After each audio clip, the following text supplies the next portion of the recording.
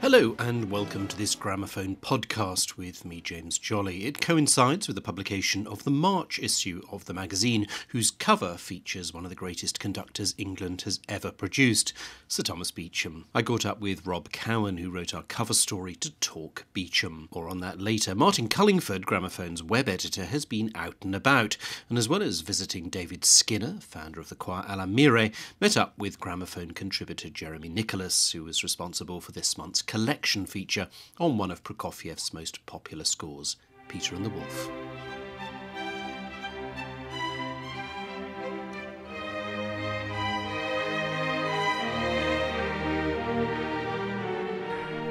Well, it was a very lucky meeting, really, that led to the initial idea, because Natalia Satz, who ran the Moscow Children's Theatre, there was a new building being opened, and she thought, well, it might be a nice idea to open this new theatre to have a piece of orchestral music which introduced young people to the instruments of the orchestra as a sort of a nice opening premiere for the theatre. And so she just happened to know Sergei Prokofiev, knocked on his door and said, how about writing a piece for children which would introduce them to the instruments of the orchestra. Prokofiev clearly said, actually, I've been thinking about just the same thing, because he'd just written Romeo and Juliet and his some music, piano music for children, Opus 65, and said, actually, not only that, I've got a sort of a theme, a story in mind.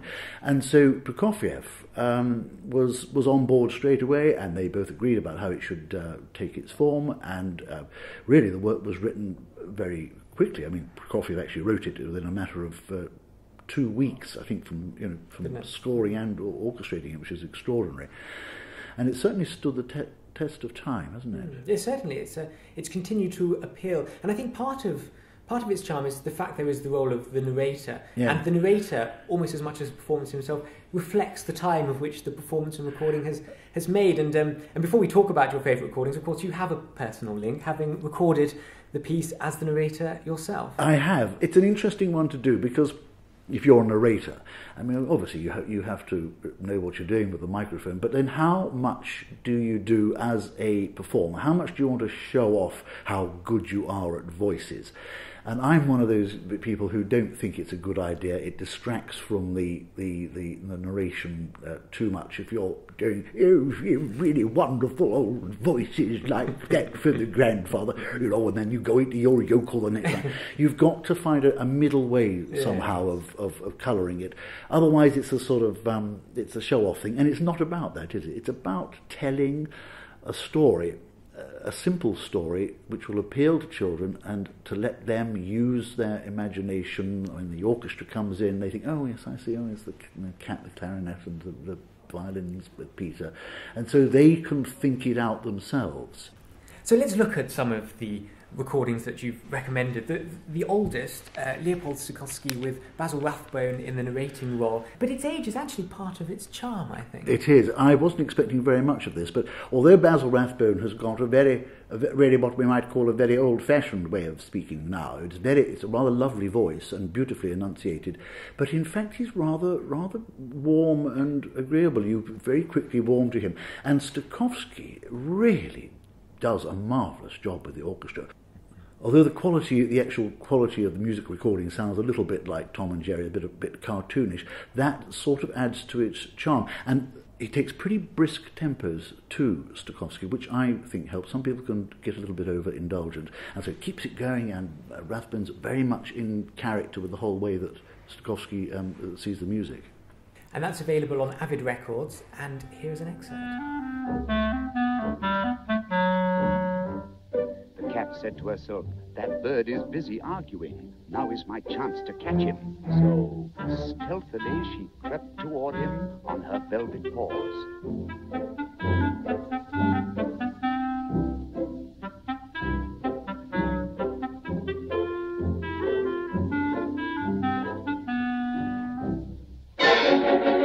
"Oh, look out!" cried Peter, and the bird quickly flew up into the tree. Now, the next recording we're going to talk about, two names you probably don't usually expect to see sharing the front of a CD sleeve, and that's Sting and Claudio Abbado. I must say this is a very enjoyable recording. I am not a great fan of Sting's speaking voice, and I think he betrays his, if you like, amateurism as an actor or narrator in doing some of the characters. But it doesn't matter. This is Daddy doing all those funny voices, and the children. You can just imagine Sting's children say, "Oh, Daddy, do that voice again." So tell us that bit about the wolf again. And like very few other recordings, he has a very warm, engaging manner with the microphone. He knows exactly how to pitch it for at the right level, not too much, and without without going way over the top. It's a very you can imagine kids just saying, "Oh, that's what my dad would do." It's a nice, unusual atmosphere, and that's why I rate it so highly. And of course, it's a very modernised version of a very, sometimes stodgy script. A lot of narrators, quite rightly, make changes to the printed script and make it either their own. I mean, people like Terry Wogan, they bring their own personal inflections and little jokes and timings that you can identify their own personal idiosyncrasies. Other people just make it more listener friendly, if you like, so that it's not just a bit of prose they're reading, which it can sometimes sound like. In fact, I think probably the best narrators do go off and make it their own by using particular phrases and words, and also sometimes to make the story a little bit clearer. Little things like grandfather told Peter not to open the garden gate. It's much clearer if you say grandfather told Peter not to go out into the meadow. Yes. It's much clearer. And the Abbado performance is very spirited, very character forward. Very good, isn't it? Yeah. It's extraordinary. I was very surprised at the difference in the performances and how much more vivid some conductors can make. Just some of the simple effects like the gunshots with the timps. Some are terribly staid and dull. But Abbado really lets rip, as he should. It should be a frightening moment. When the French horns come in with the wolf, it should be really sinister and scary, and some of them are just very polite, and that's not good enough. You want a conductor who can really get into Prokofiev's imagination to make the most of it. And Abbado certainly does that. And that recording is available on Deutsche Gramophone. On a branch of a big tree sat a little bird, Peter's friend. "All is quiet," chirped the bird gaily.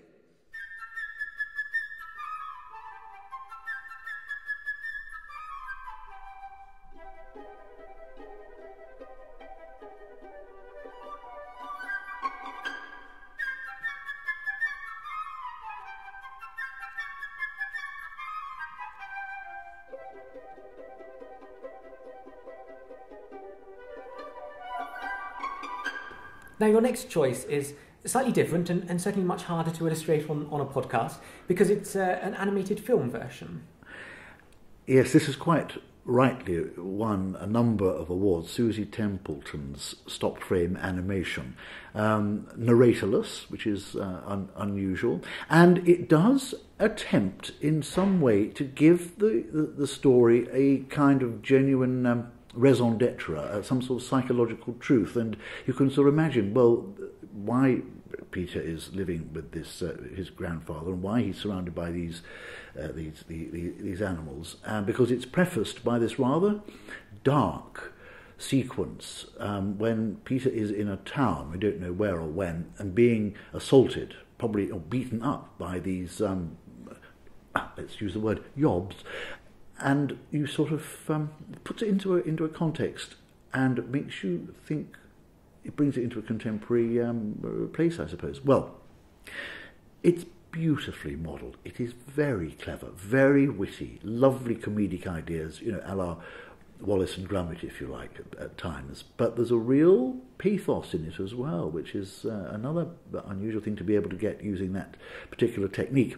And also the ending is changed. We have the, well, I won't spoil it for you, but it doesn't end in the way that perhaps we're expecting it to. It's a tricky thing, the ending, isn't it? I suppose in a way, yes, it's like like Romeo and Juliet. It's a pity when they both die, isn't it? And like the 19th century versions of Romeo and Juliet allowed them both to live so the audience could go home happy. Well, that's given away the ending, isn't it? But anyway, but it's because, there's a slight sort of political correctness about it, but let's not be nasty to the wolf and everything.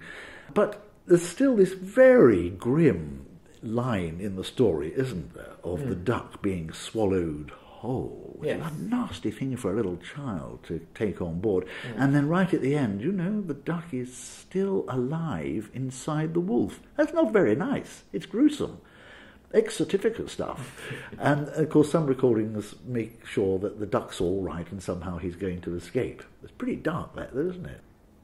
And that film version, directed by Susie Templeton, is available on Art House Music. And now on to your final choice. Tell us about that. Yeah, Raymond Lepard, who gives one of the very best accounts of the score.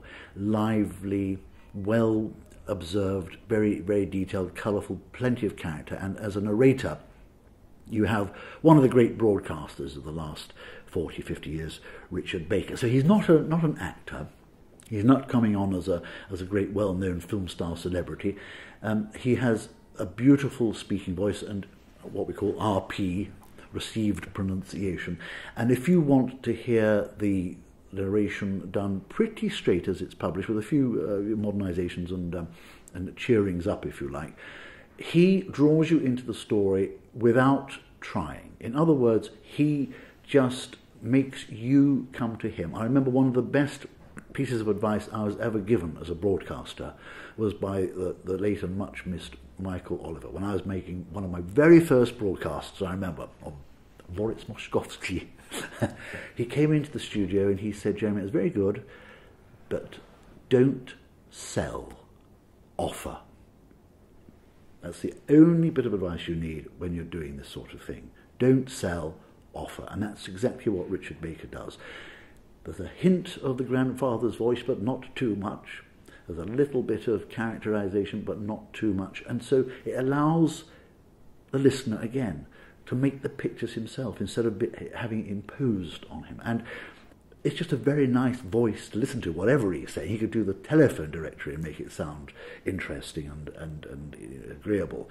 But I think the combination of the two, because somehow Baker's way with the words matches Lepard's conception of the score and also the actual recording. They're obviously they sound as though they're both in the same acoustic, they're both doing it at the same time, they both agree on what they're doing. There's some sort of partnership there, which you don't get on very many. I think for that reason that Baker's is the one to go for, because you can come back to it as an old friend again and again, and it hasn't dated. Feeling himself caught, the wolf began to jump wildly, trying to get loose.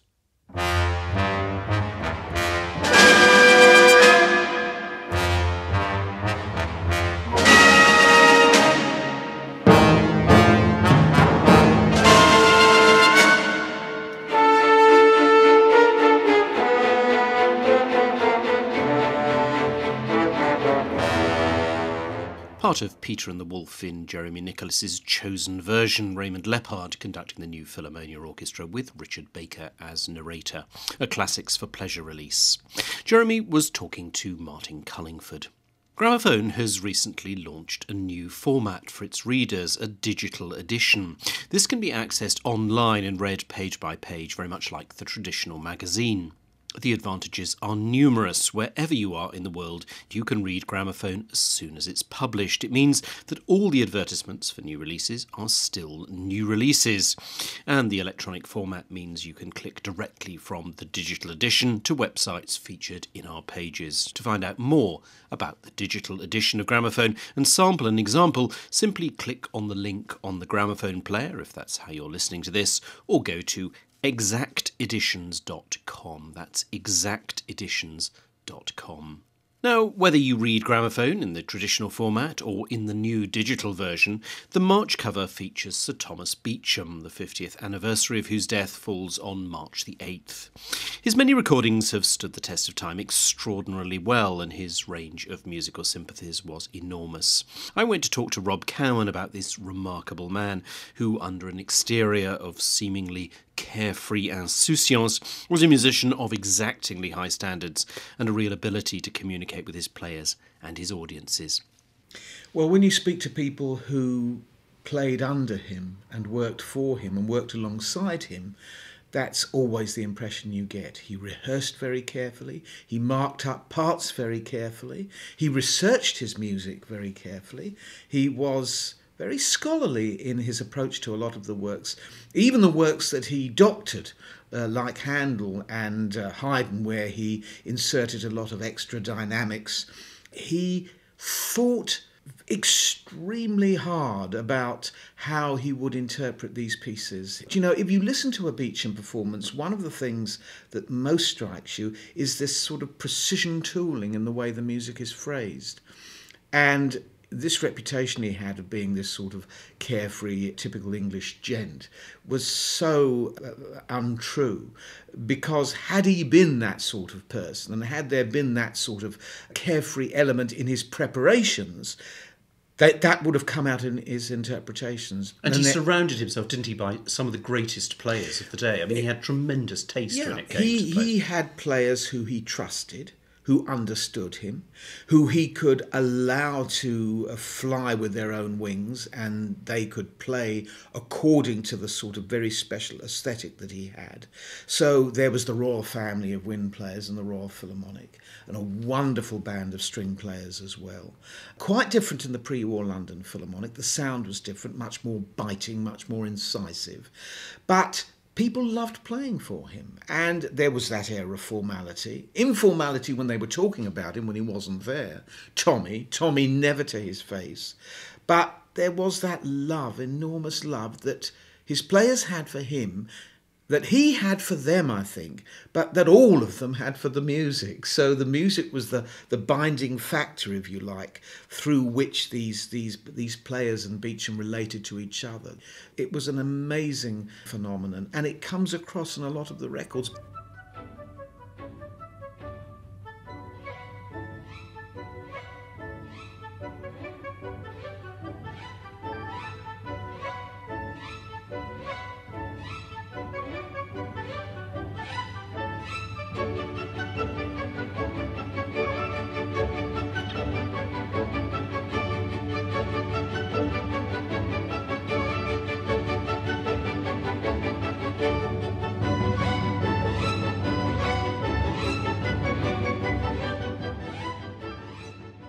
I mean, can one generalise about his repertoire? I mean, I think, one thinks of sort of the Beecham classic focus, French music, a bit of Russian music, and the classical repertoire. One thinks of sort of Haydn, Mozart, Schubert.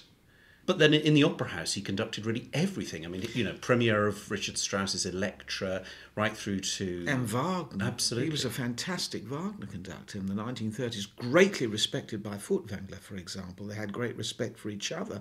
But actually, he conducted quite a lot of contemporary music. British contemporary music that we don't hear of now. And of course he was a great champion of people like Sibelius, and of course Berlioz was one of the British champions of Berlioz's music. Oh, absolutely. And he had a real understanding of that music as well, especially in the theatre with the Trojans, of course. And he was one of the first people to make a case for that music, for the overtures, for example, after Hamilton Harty, I suppose. He was the very first over here. But French music generally, I think he had a real sympathy for. He loved France. His last years were spent largely in France. And these little pieces, these lollipops as he called them, he would lavish so much care on them. But I don't think you can overestimate just how much preparation he lavished on that sort of music and how he attended to the phrasing of even the smallest miniature. I think that's where he will be most remembered, that small and perfectly formed was, if you like, where Beecham excelled. Do you have a favourite Beecham recording? That's a very good question. I love his Jupiter Symphony. I don't think anybody played the slow movement of that symphony more eloquently than he did. And actually, the Serenade for Strings by Elgar, the slow movement, has got to be one of the most moving examples of British string playing in the post-war period, and that should come out again. And, oh goodness, what else? Some of the Haydn symphonies are adorable. Schubert 5. The Schubert 5 is beautiful. Perfection. Isn't it just? Yeah. And the Schubert 3rd, so different to somebody like Carlos Kleiber, for Yes. example. It's a different world. The Schubert 9 that's just come out is very impressive. And I suppose the opera sets, Bohème and Carmen. The Bohème is special. The Carmen is a bit more controversial because De Los Angeles isn't everybody's ideal, although I was listening to some of that recently, and that is full of wonderful detail. The Somme recording of In a Summer Garden that's just come out from the Usher Hall in Edinburgh has just got to be heard to be believed. The opening moments with the woodwinds, they become birdsong.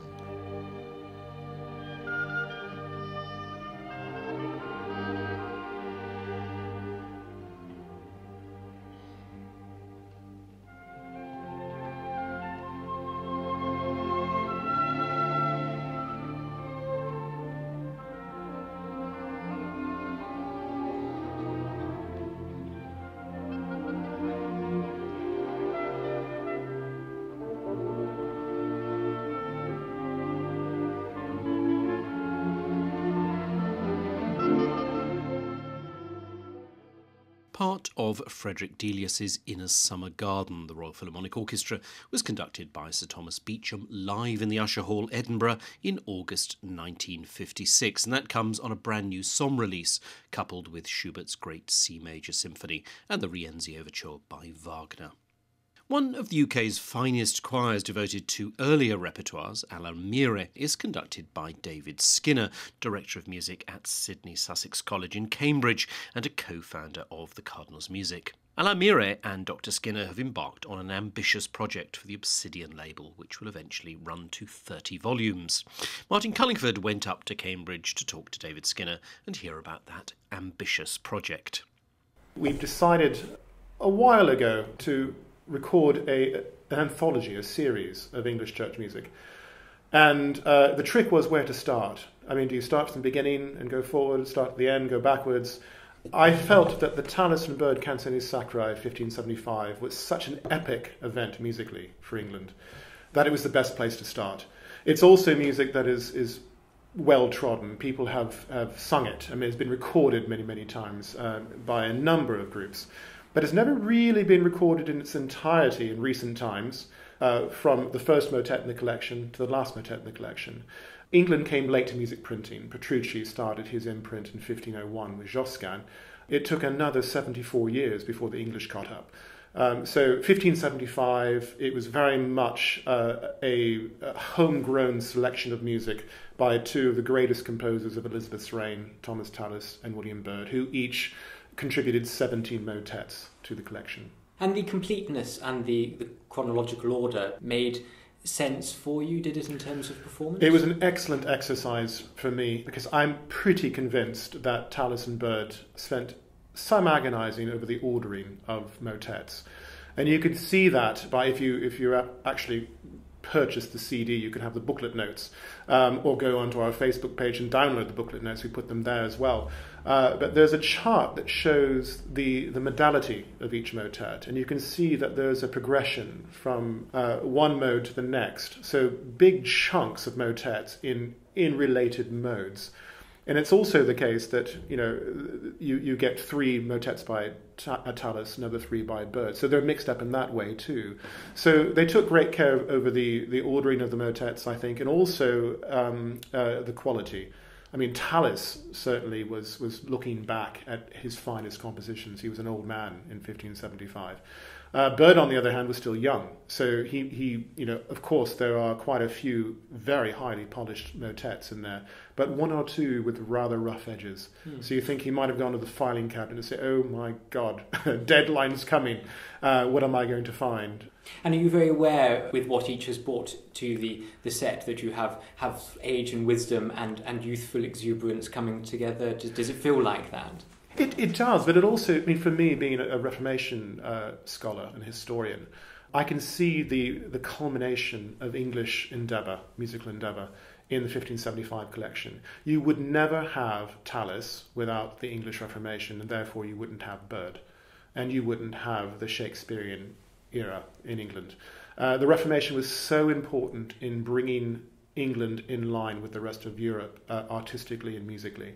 And those crucial 6 years under Edward VI, where Tallis was forced to write in his own language, in English, and in a very intelligible way, for every syllable and note, he learnt a lot, because you listen to the Latin motets from his pen under Henry VIII, and it's a different beast from what you find under Mary, spread by some 6-7 years. I mean, Tallis learnt how to set a text, and set it well. And from that, you get the raw energy and determination of Byrd, and also he had a political agenda, of course, being an underground Catholic.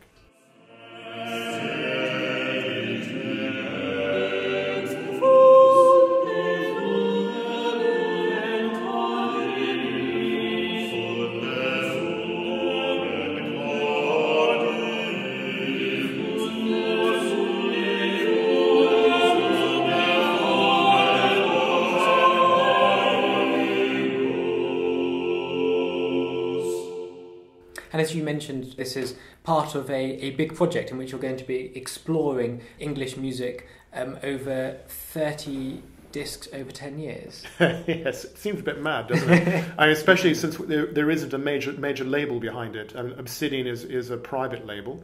It's our own little baby, and it's run by Martin Suter, who also has his own main label, The Gift of Music. Obsidian was a project that we set up together in 2005, and we're just so pleased that what we've been producing has been well received.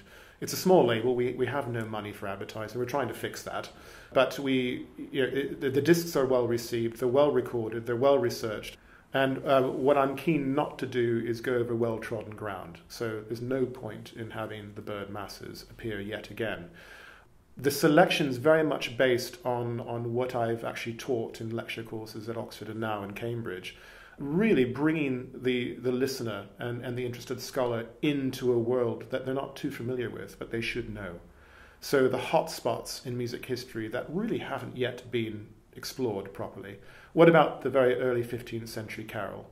What about the York Masses, which is very much a transitional period between the Old Hall manuscript and the Eton Choir Book? What about the lesser-known composers in the Eton Choir Book, or indeed those better-known that have never had a disc devoted to them?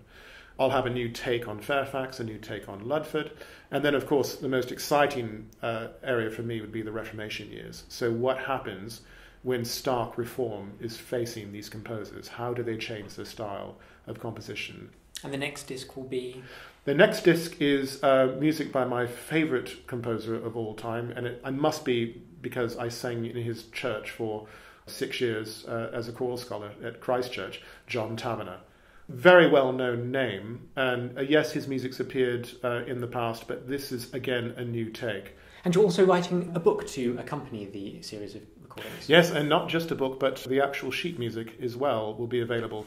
Alamire has just signed with Edition Peters, that old famous publishing firm. I think they were founded in 1800 and had some association with Beethoven himself.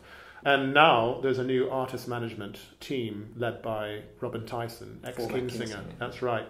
And it's very exciting times for us. So we're looking into the idea of, with our CDs, also published will be the music, so people can get the sheet music or even download them from the Edition Peters website. But also I'm going to be producing an accompanying book to go with the series, which will provide images of the manuscripts, details of the composers, and about the music itself.